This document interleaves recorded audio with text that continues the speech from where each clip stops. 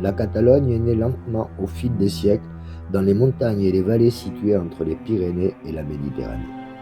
Après la chute de l'Empire romain, cette région passe sous domination wisigoth puis connaît au 8e siècle l'expansion musulmane venue de la péninsule ibérique. Mais les Francs de Charlemagne repoussent progressivement cette avancée vers le sud.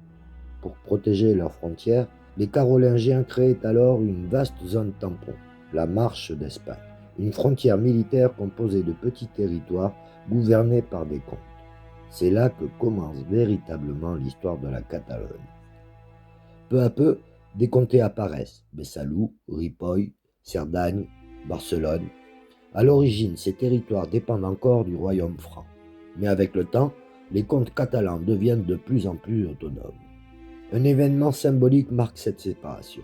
En 988, le comte de Barcelone, Borrell II, refuse de prêter serment au roi des Francs après des attaques ayant ravagé Barcelone sans aide franque significative.